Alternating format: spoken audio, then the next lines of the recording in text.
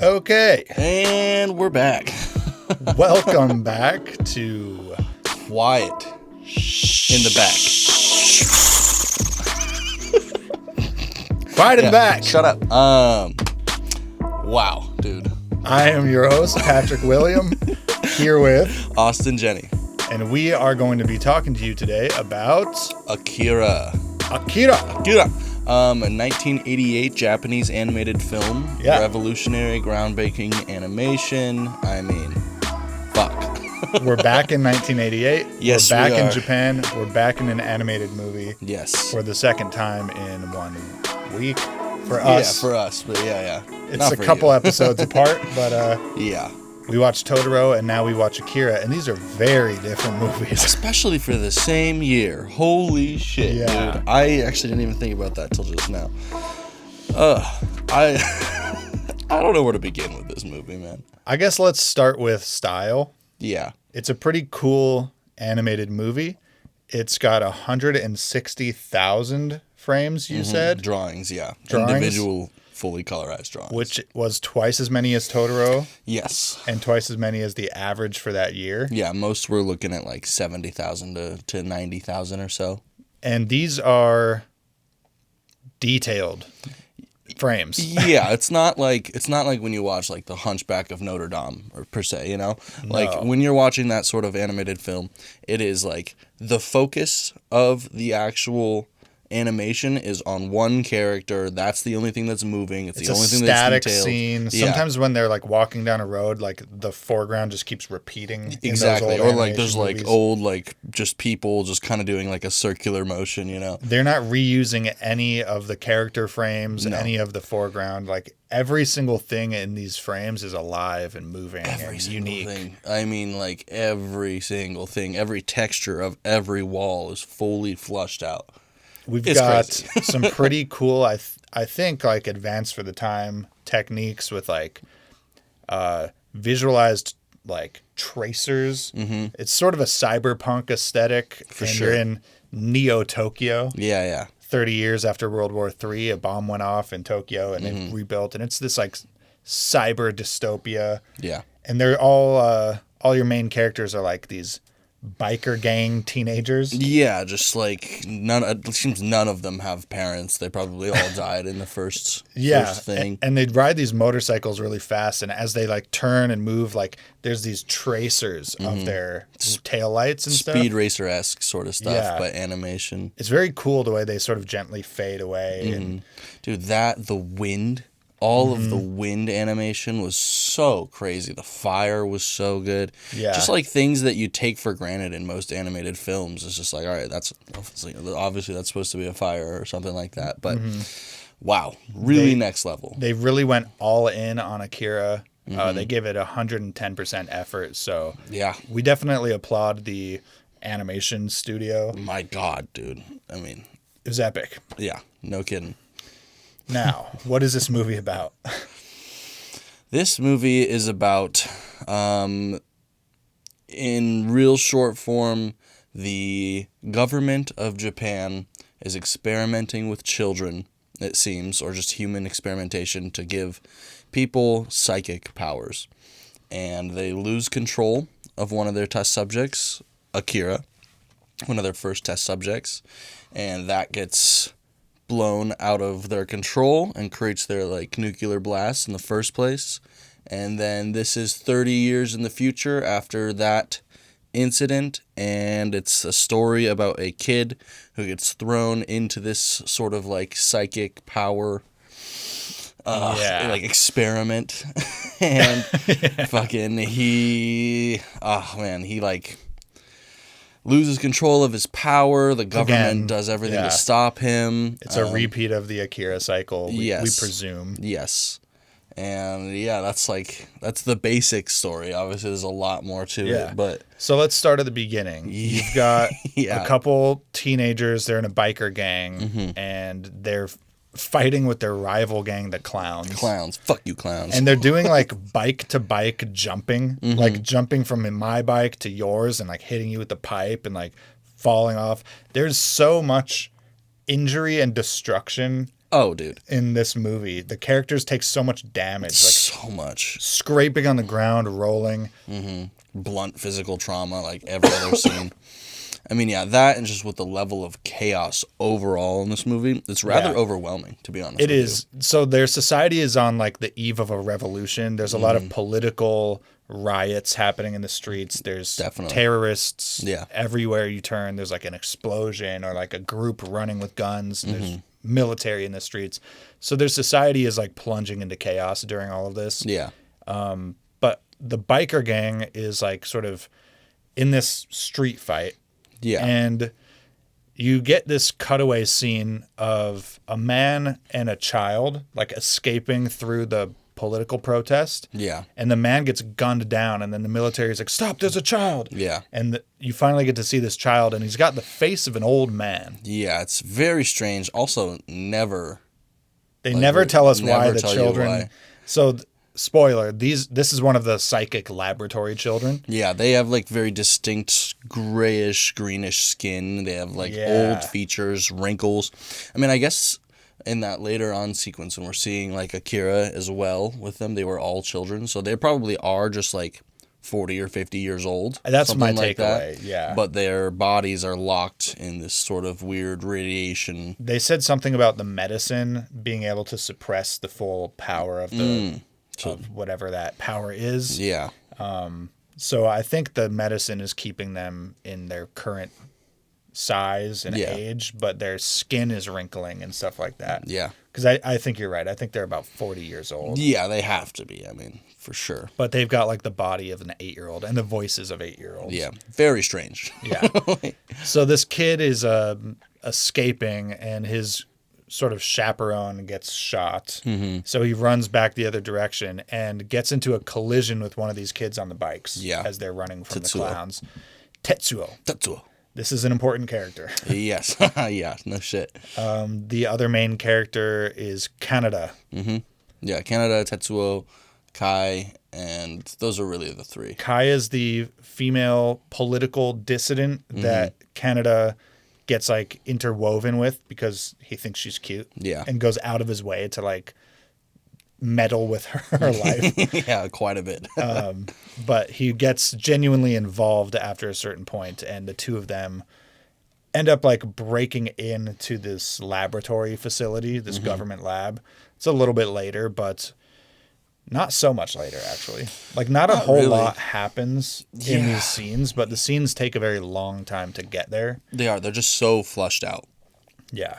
It's kind of crazy. Like, there's just really not that much happens. Like, it's like a span of a couple days, if that. Yeah. I think this movie could have been shorter, to Agreed. be honest. It's Agreed. a 2-hour movie. Yeah. And what did I write in my notes?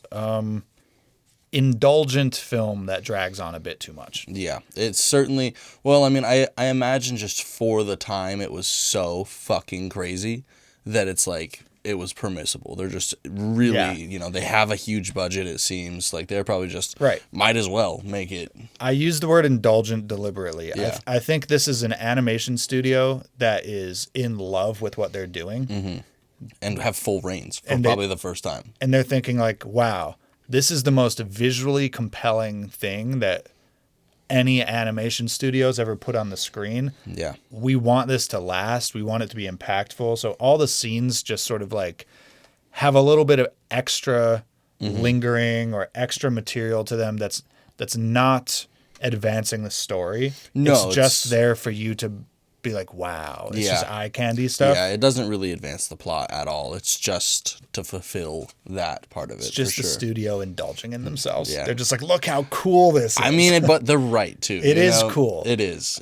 But I did find myself sort of just getting a little bit impatient in like the back third of the movie. Like, okay, Yeah. can we get like, Yeah, I know. can we get to the conclusion, please? Yes, especially like after that whole huge scene with like before he transforms. You know what I mean? And he's like just The military fighting and the climax. Yeah, with and then his it just powered like up. dies off. Like it slows down entirely. And yeah, it could have gone with some cuts. There could have been some revisions. There could have been some editing, but they did not edit because they just were high on their own supply. It's fair enough. It's 1988. This is pretty groundbreaking. They wanted to max out. I mean, it rivals some of that animation rivals some of the things I've seen currently being made. For sure. You know, especially that it's hand drawn. Like, what are you talking about? No about? computers here. Yeah. So Tetsuo gets injured in this crash with the radiation child. Yeah. That's what we were referring to them early on because we thought maybe it was a side effect of a nuclear bomb. Yeah. But the government comes in helicopters and they scoop up the child and Tetsuo. And the bikers are like just taken to jail and then released. Yeah. Just like processed or whatever. Tetsuo then escapes that facility like the next day. Yeah. I don't really remember how he escapes. I think it's just oversight, honestly. It's like oversight, and he's beginning. Well, he gets taken, and they give him a level 7 pill.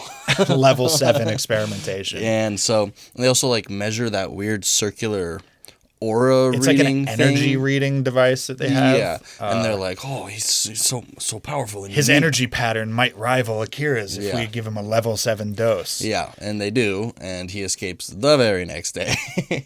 And you start to see what I wrote in my notes called mental anguish. Yeah. Tetsuo's mental anguish takes the form of like flashes of bomb explosions, boiling flesh, light beams, manic pain, just like faces of other children. Yeah. So he's having some sort of psychic break when he gets out of that lab. So what I thought that was is him, after like further deliberation in my head, I just thought that was probably him somehow tapping into what Akira experienced the first time. Right. You know? At the time, you don't have enough context to like parse out what you're seeing. But by the end of the movie, you can look back at it and say, okay, yeah, he's tapping into whatever that universal energy is that defines Akira. That's one thing about this movie, man. It does not fucking hold your hand. Ever. No. Literally at all. Like, and I feel two ways about that. Yeah. First, I think it's okay when movies don't hold your hand. In Agreed. fact, I like it most of the time. Like, let my brain work on it. Let me chew it. Also, though. But I will say there's a difference between letting me do the work and not having a finished story idea. Yeah. Like, I think that the story elements of this movie are a little bit half-baked. I don't think that the writers know what the fuck they're talking about when it comes to, like, explaining this power. Explaining it, yeah. I feel like they have a clear idea, like, of what they want to convey. I mean, they did convey the story, you know. They but told their story, but just like, you know, in bad sci-fis where, like, Spock will just be like, the data rippler is analyzing the web stream of this energy flow. And it's just like, it doesn't mean anything. And you've told me nothing to help me understand the situation at a base level. This movie does that with like the magic and energy stuff. They just sort of hand wave it away with like one sentence about evolution. Yeah. They're like, before humans were humans, we were primates, and before we were primates, we were lizards, and before that, amoeba. Yeah. Where does this energy come from? Yeah. Before amoebas, we were all stardust, and what if all the dust in the universe has a genetic memory, and maybe he's tapping into that memory, and like that's sort of just what you get for explaining this power, that it's like some sort of ancient universal energy that exists latently within all beings, and it can just get unlocked sometimes. Yes. Which doesn't make any sense necessarily. And I don't need my fantasy or sci-fi to necessarily make real sense. Yeah, rational. Yeah. But they have to make sense within their own universe. Yes. And I didn't get the sense that anyone in this story understands what the fuck is happening. Yeah.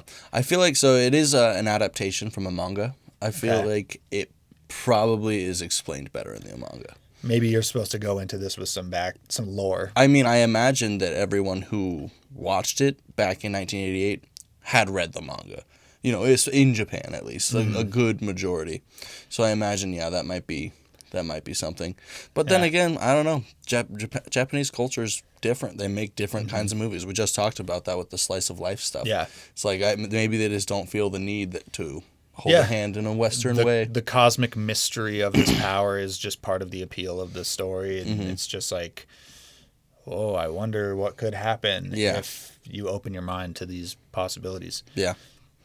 So, nonetheless, it's a cool plot device at any rate. And it keeps things moving. Yeah.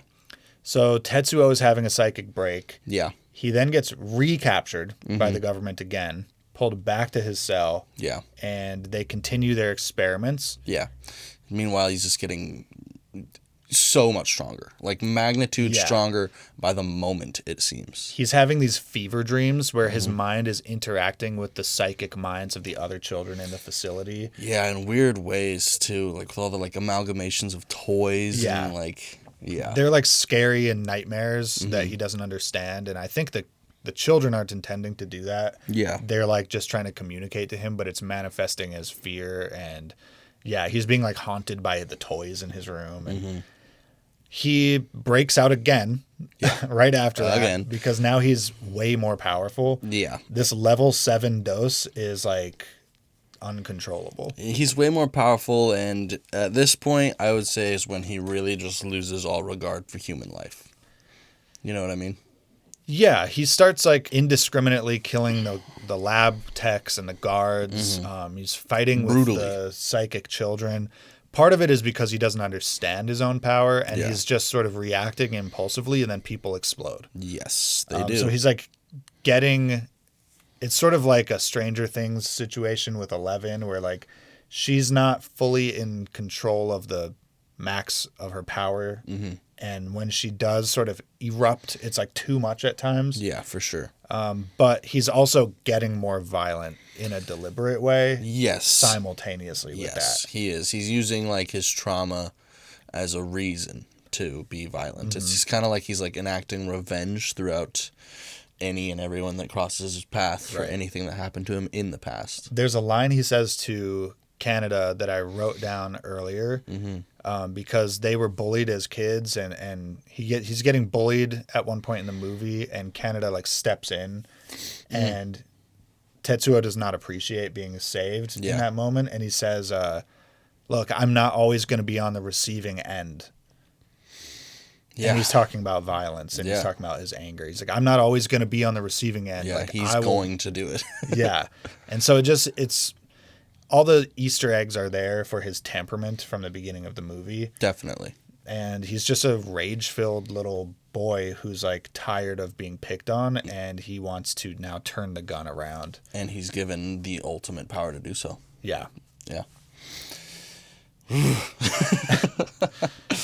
So what follows is essentially just a gigantic fight sequence where Tetsuo is getting stronger and stronger, and the military is it's happening during a military coup.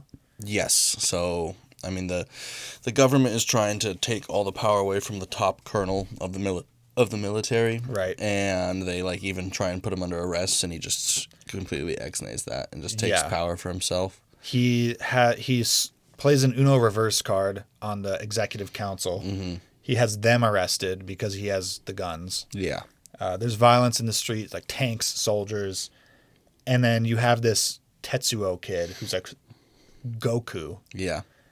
He at one point he like rips a banner off of like a building. Oh, it's like a red thing, and he puts it on himself as a cape, and he's like and I wrote down that this is turning into Dragon Ball Z. It's like, what's your power level? Really high, dude. Level 7 supernova. Supernova. He is like destroying tanks with his mind. He's like, and they're exploding. I mean, just such a like landscaped level of chaos. Like, it is massive, the amount of damage he is doing. And this whole time we're getting like shots of interlacing shots of both Canada and Kai trying to make their way to him essentially. They're going through all sorts of crazy fucking tunnels, cable link tunnels and shit. The infrastructure in this Neo Tokyo is insane. The scale of these buildings. Yeah. I mean, that one must have held 1 million people, like you said. For sure. I think there was a 1 million person apartment building on top of a government facility. Yeah. The basement of which is full of like cables and data infrastructure.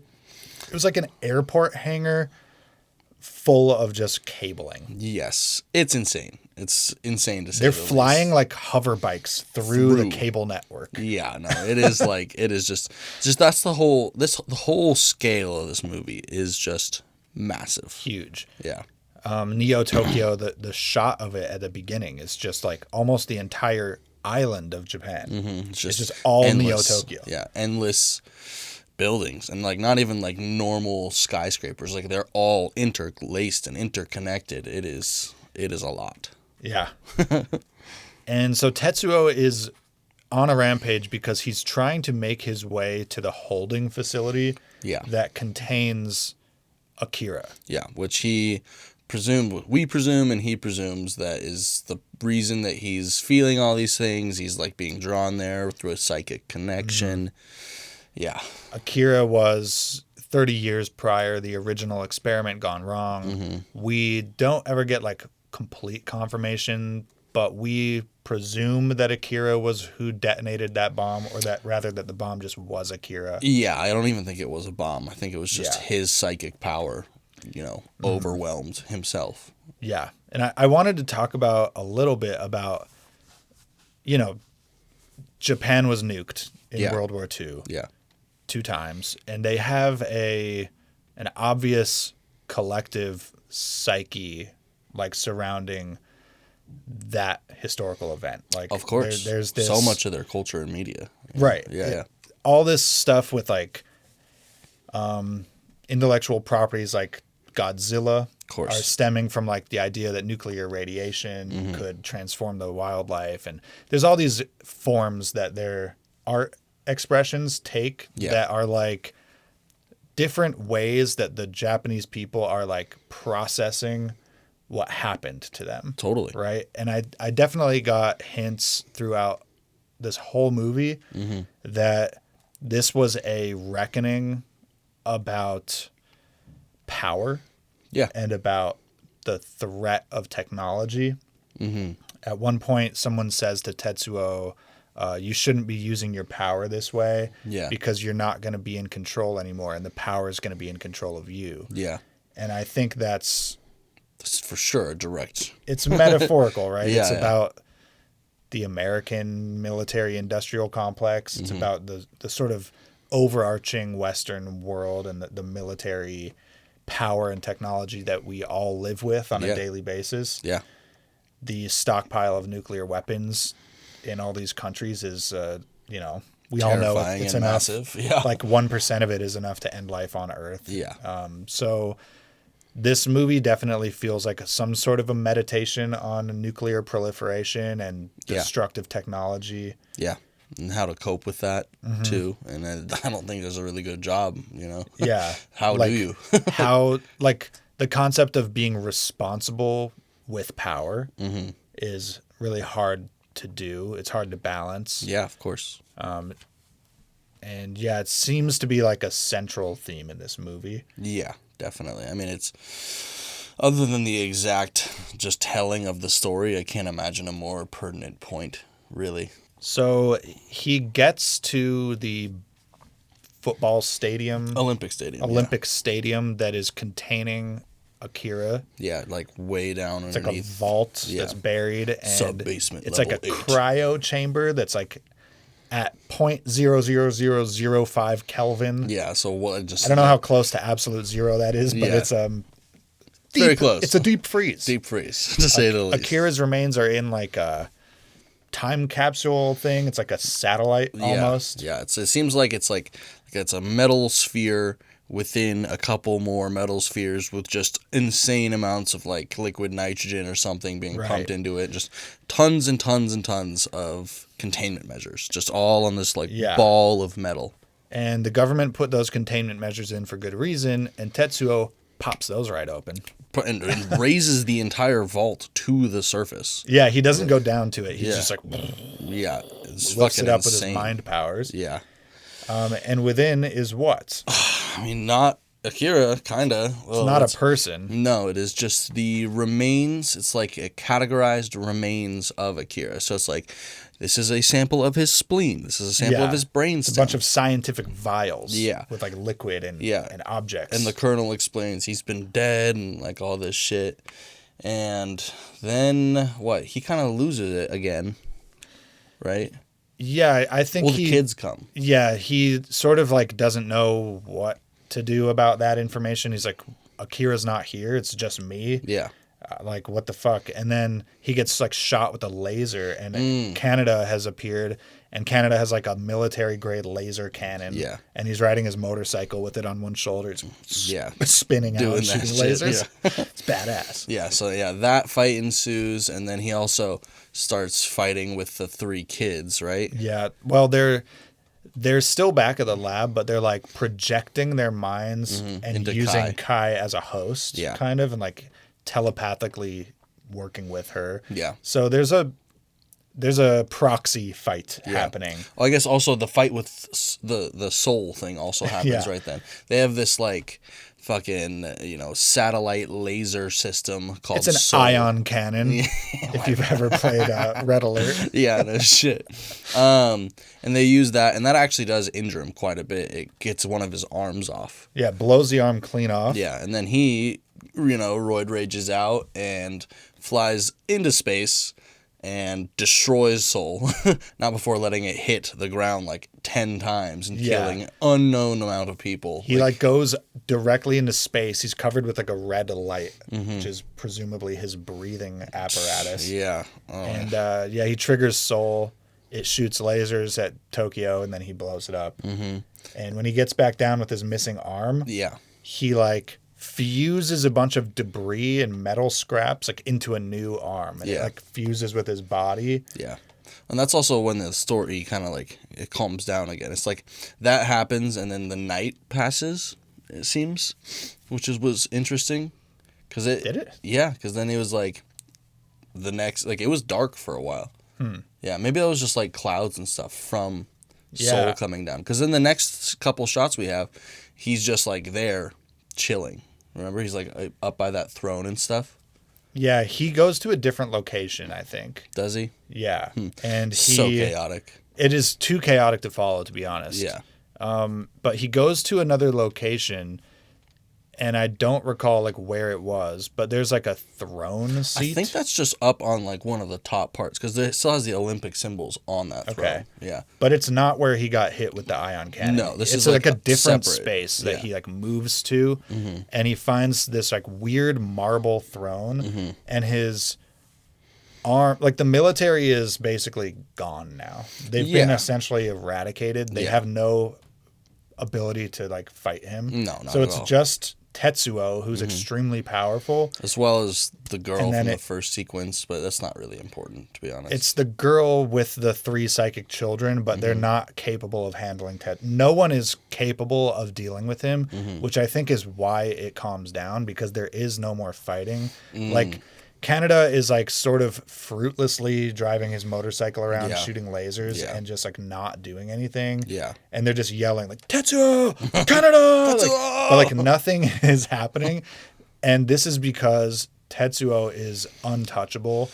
Yeah. And he becomes so powerful, he starts to, just like they said he would, lose control. Yeah. And his like arm starts fusing with the throne. Yeah. And it becomes fleshy again. Yeah, man, this is really where it gets like weird, crazy. I mean, what did I fucking write? Indiscriminate assimilation is what I wrote. He starts assimilating all things, like both flesh and metal, and like earth, inorganic. all of it doesn't matter. He just starts assimilating and like projecting his He's like own self. expelling himself Yeah. into like a bigger and bigger space. Yeah, he's like a it's fleshy just like mass. bubbling flesh. Yeah. And like moving meat with Yeah, like with like different textures. little fingers coming out of it in weird places, different colors, textures. It's very squelchy and bubbly. Yeah, extreme kind of like body horror. You know, Yeah, honestly. for sure. Yeah. It's a little squeamish. And he's like absorbing Canada. He's absorbing Kai. He absorbs the Colonel. Yeah. He absorbs all the elements of the room. Yeah. He's becoming like gargantuan. Yeah. And then those 3 kids basically awaken Akira. Right? Yeah. Essentially. Yeah. They like start levitating the vials that contain Akira's old remains, and they explode. And then you get this like dome of expanding pure energy. And all during this time, too, Tetsuo is like begging for help. He's like, "Help! I can't control it." Like, yeah. no He one's doesn't in want to control be here. in this position anymore. He's terrified. You know. It's, Right. Obviously, it's He's too killing much. his friends. Yeah. He's not in charge. It's Yeah. killing him. Yeah, and so that mass that is Akira, like you see Akira for just a second become like some form, like a human body form. Yeah, for it's like a second. child in red clothes. Yeah, and like it says hi to the kids, and then the kids like transport out of there. They get the Colonel to safety. Kai and Canada are both still trapped in there, and then they decide to go back in as the white bubble of pure energy is expanding and try and save those kids because And they they, didn't they do say, anything. like, don't go in there. Like, if you go in, you're never going to come out. Like, you're trapped. And they go in anyways yeah, because they're just noble. yeah, They want definitely. to save Canada.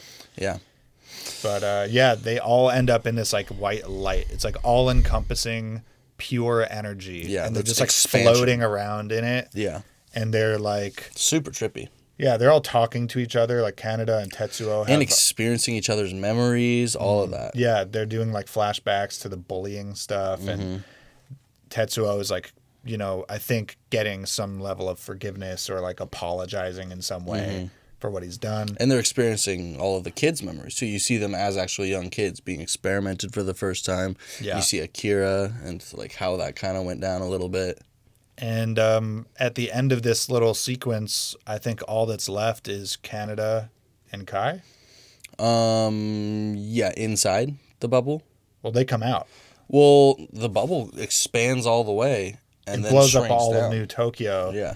But then it shrinks down. Yeah, and they're fine. All that you're left with is Canada Yeah. and Kai, right? Yeah, and then it's just like sinks down, like the little white light. It's become like almost like a Big Bang. It's like a sort of thing. singularity. Yeah, and then it like goes down and then just falls and he catches it, and then it's gone. Yeah. Yeah. But who we lose in the process are the 3 psychic kids. Mm-hmm. We lose Akira and we lose Tetsuo. Yeah, they're all absorbed into it along They're with just like in the universe. yeah, along with the majority of the city. Like It is a hellscape. yeah, I mean it's just like, you know, the frames of buildings and water. That's pretty much it. Yeah. Yeah. Well, and then at the very final sequence, that little white light appears in just like a void of black and kind of just pops, and universes start galaxies. Yeah, start they spitting show out of it. galaxies and stuff. So There was something that was interesting that was sort of a throwaway line, I think, in the movie, but there's like these religious fanatics at one point, and they're talking about how our quote unquote progress is actually decadence and our technology is an abomination and our society is sick. And they're like, please return Lord Akira. And they're calling Akira the Lord. yeah, And they have this like religious relationship with Lord Akira. just Which- idealism. Just like they have no idea like what I it can't is. tell if it's like what it means, but part of it seems kind of like they worship the bomb. Like they want to be cleansed. They want to be cleansed. It's like a reset to your society. Gotcha, like Children of Adam sort of thing. Yeah, like Fallout. Yeah.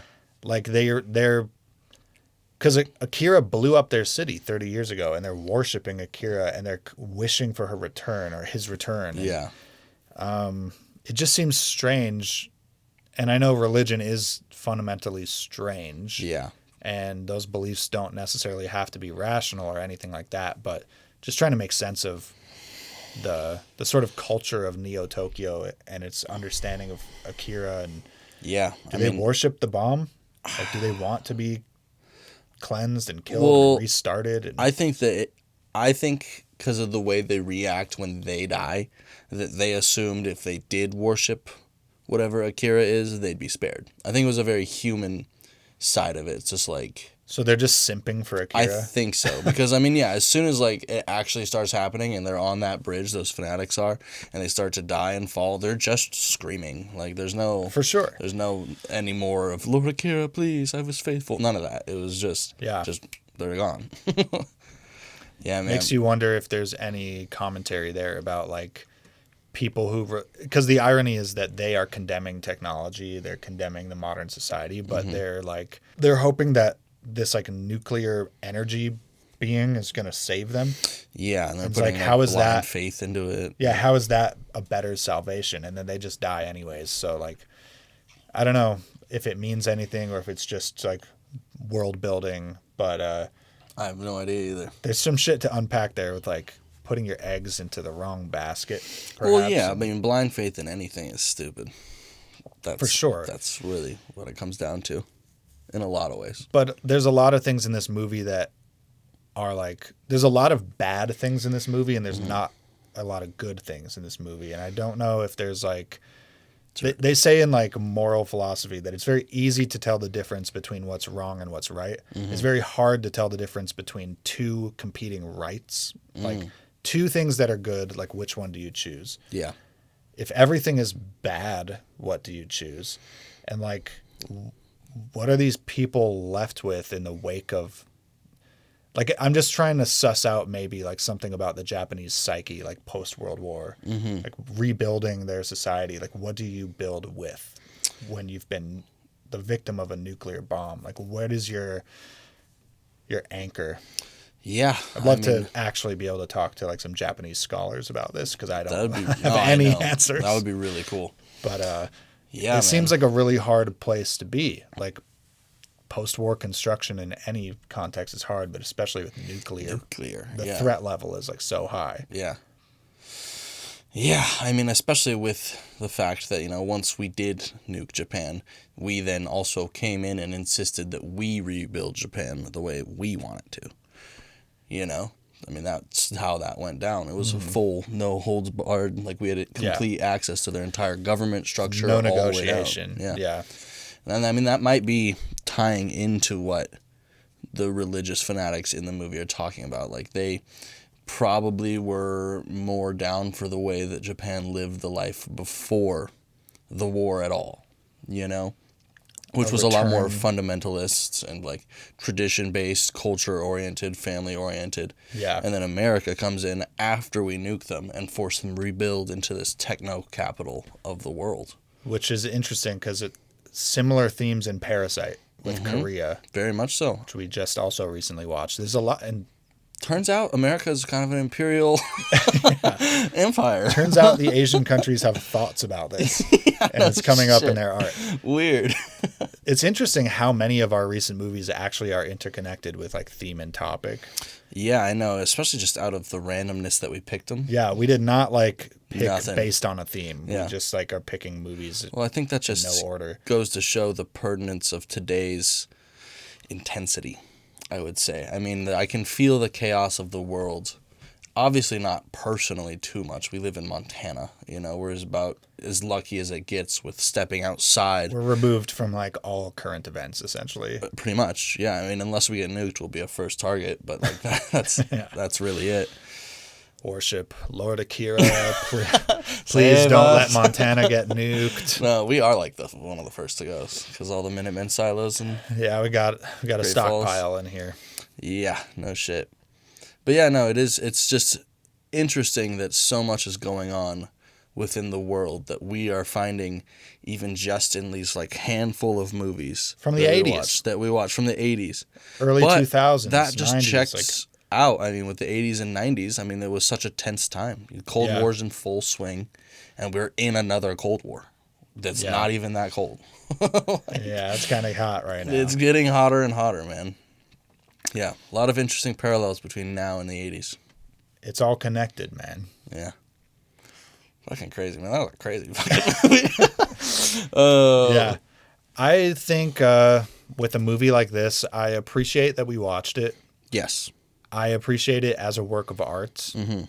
I probably won't watch it again for a very long time. If I do, it'll be in many, many years, you know? And it's mostly, I think it would be not for my benefit. It would be more like, oh, you haven't seen Akira? Like, we should watch that because it's like something you need to experience. Exactly. Not because I necessarily like really want to watch it again. Yeah, I mean, it wasn't... It's interesting. It wasn't a fun watch.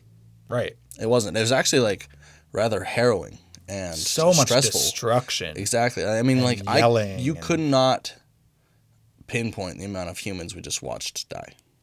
Right. And the Yeah. amount of infrastructure that just exploded and like Wasted and just absolutely. it's just a movie of absolute power and absolute destruction. With chaos. like very little salvation.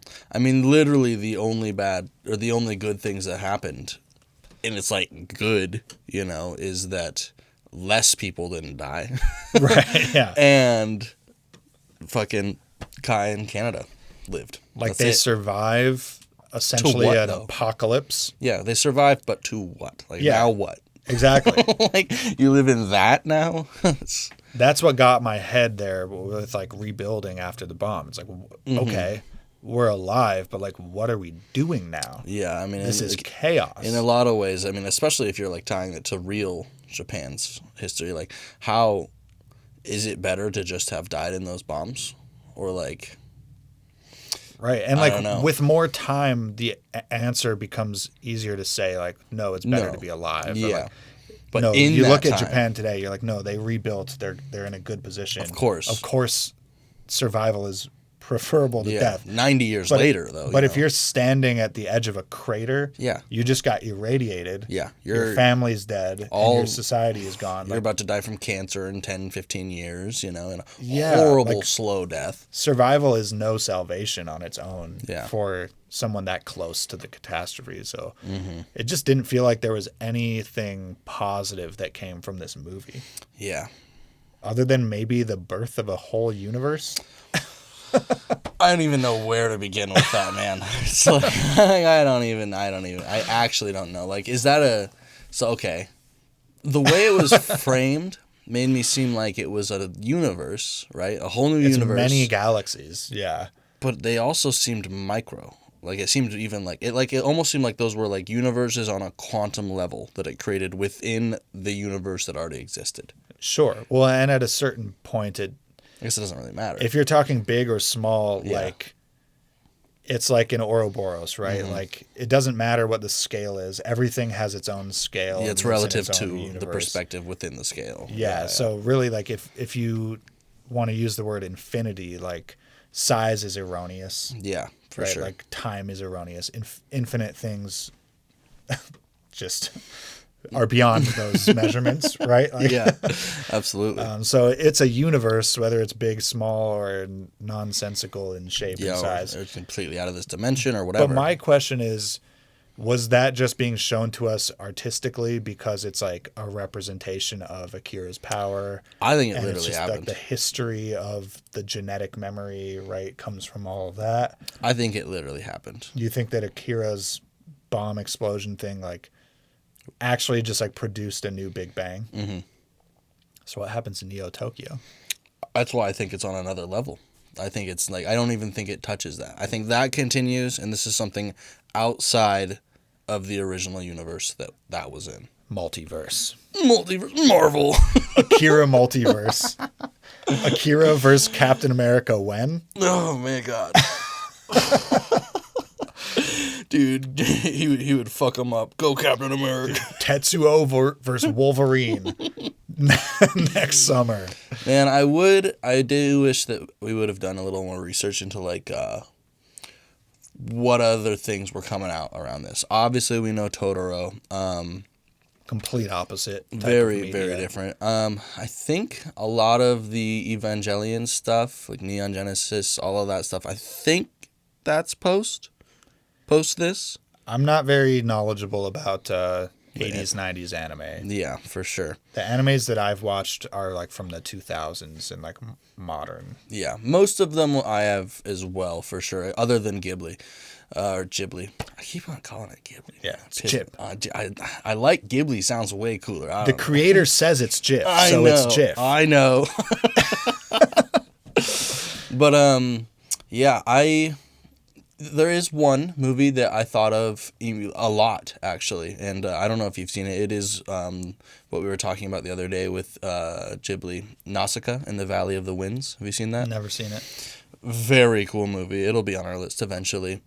Word. But it is very much so in the same lane of like world-scaping power and such. It is a extremely distant dystopian future where it is like 1,000 years or more after a nuclear devastation, and there is like a toxic jungle that has overtaken a huge part of the world. And like, Jeez. Dude, oh man, some of the coolest animation I have ever seen. I like toxic jungles. Yeah, it is really cool, and it's like completely poisonous to humans, that's the world's defense mechanism essentially. So it's slowly and creeping and closing on it. But a lot of the trippy. It is a lot of the music choices, specifically during one scene, the like weird toy amalgamation scene. It's like industrial beats with like vocal chanting. Yes, there's there's like a very specific scene in Nausicaa where she's like remembering something from her past, and she's standing in this like golden wheat field, and it's like the same music. I was immediately reminded of it. It was so similar. The music in Akira was pretty offbeat and trippy, like very different, super weird, non-traditional music. Yeah, the like mechanical yeah, the breathing chanting, like super strange. Yeah, just trippy shit. Yeah, I feel like Flying Lotus could sample some of that soundtrack and make some fire beats. Fly Low FM, baby, let's go. Let's go. Fly Low, Akira. Yeah, man. I am dead certain though that this, like, I mean, especially like we brought it up in the beginning of this podcast, but that's just on a whole nother level compared to My Neighbor Totoro. Like, My Neighbor Totoro is a beautiful movie, but like not even the animation is like not even fucking close. Right. There's a few sequences in Totoro that they're elegant and beautiful. Like the tree growing reminds me of some of that animation style, the fluidity of it. Totally. But just the level of complexity and detail in Akira. I mean, you can see twice as many drawings, you know? It's twice as many drawings. And I would say probably every single drawing has more detail than every single drawing in Totoro. Yeah, for sure. Which is crazy. Man, it's such a dreary fucking movie.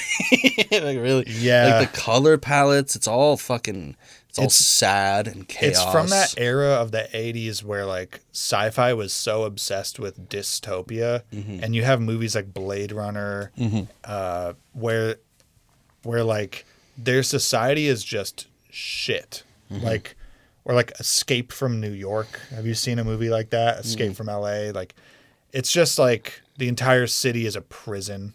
Oh. It's all like trash. Yeah. And like, or like Judge Dredd is very similar. Yeah, okay. Like this aesthetic of like, it's like cyberpunk. It's like a techno corpo state, really. Yeah. You know, like, it's what Elon Musk is going to turn America into if we don't kill him. Let's go! But yeah, it's so fucking dreary, and it's never been my favorite. Like it's interesting. Yeah, like I don't mind dystopia, but it's just the visual of like looking at it when it's like all sewer water. It's just a depressing aesthetic. It's so not depressing. It's not meant to make you feel good, you know. Yeah, and I generally do like to watch things that make me feel good, but it just sort of psychologically, it just sort of drags you down. You're like, okay, this is a sewer world. Yeah, literally. I mean, most of the time they're either that is an interesting contrast. So you're either in this like insane elevated building, or you are in the sewers in this. I mean, that's a direct parallel to, you know, the class difference too. Parasite, yeah. A lot of the movies we've been watching have this like focus on immense wealth inequality. Yeah. And then like two different worlds like existing in the same space. All the way back to Charles Dickens. You Yeah. know? It was the best of times. It was the worst of times. He's talking about the same place. Yeah. I mean, well, that's just human it's beings. the underlying story of the entire world. Yeah. Is there are people who are above and below. And the people above never want to give it up or never want to help the people below. They will not unless they are forced to. Yeah. Like, that's just the tale as old as time. Mm-hmm. Humans, why you got to do me like that? Why I got to do it like that? And then I pulled out my gun. I pulled out my Beretta. Everyone, go watch Trapped in the Closet, but we don't support R. Kelly around here. We don't. So bootleg it. We don't. Yeah, definitely. And then go watch the Trapped in the Closet South Park episode. Yeah, it's good shit. Also, that's the Scientology episode, isn't it? I think they're the same episode, yeah, because it's like so. Tom Cruise is trapped in the closet, and they have... Stan becomes the L. Ron Hubbard. Oh, God, there's so much going on. Come out of the closet, Mr. Cruise. I won't come out. I love it. Well, that's about all I've got to say about Akira, I think. Yeah, I would agree. Really cool. It was a technically amazing movie. Yeah. You know, like the actual creation of that movie was...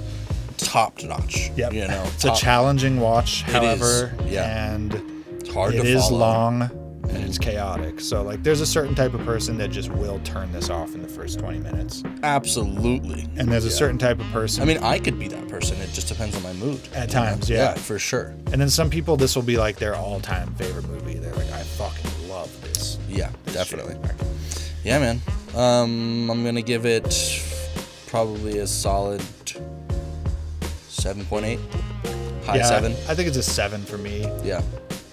Just because I didn't really I wasn't in love with the story overall. Yeah. I think it wasn't like fully fleshed out and it was too long, but I'm giving it a 7 because of how cool the animation was and how like groundbreaking the design and style all was. Like I think it's just really beautiful and dope. Yeah, I didn't really like a lot of the character design either. Like the outfits and stuff? No, the outfits were fine. It was like the actual shapes of their bodies. Their forehead sizes, perhaps? Yeah, a little bit. I mean, and just like, there was actually a couple of times where I could not tell who was Kai and who was Canada. Like, they're so similar looking, it's like, it's just hard. Yeah. But, you know, I'm also a fucking dumbass American, so... Go watch it, you guys. Let us know what you think. It will be a must-watch for some of you. Yeah. Yeah.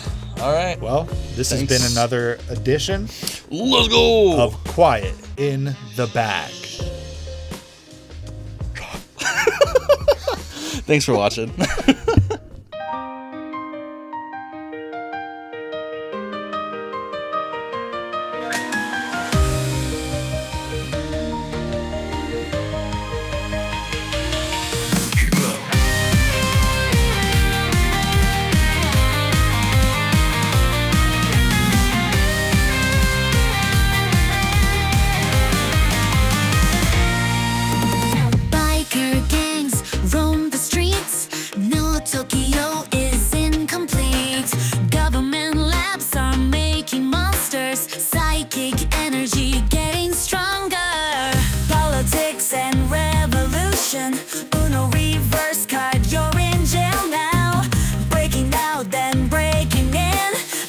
Facilities are testing children.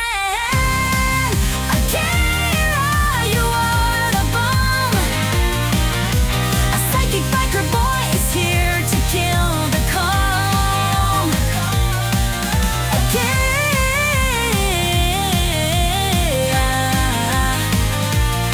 we need assistance. Please get rid of this mean boy and say go riddance.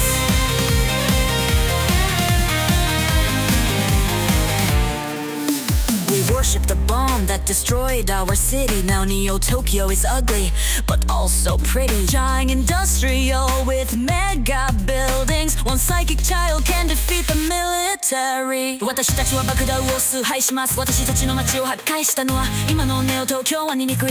でも綺麗でもあります。巨大な戦病、巨大な現場と一緒に一人の奴隷能力を持つ子供軍隊を倒すことができる。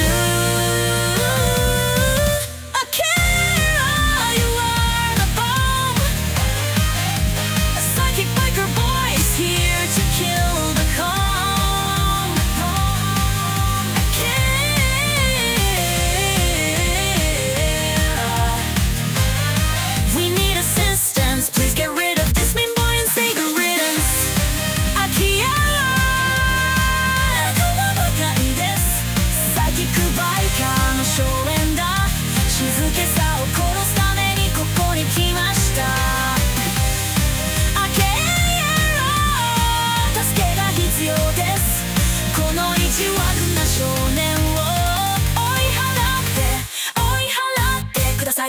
ください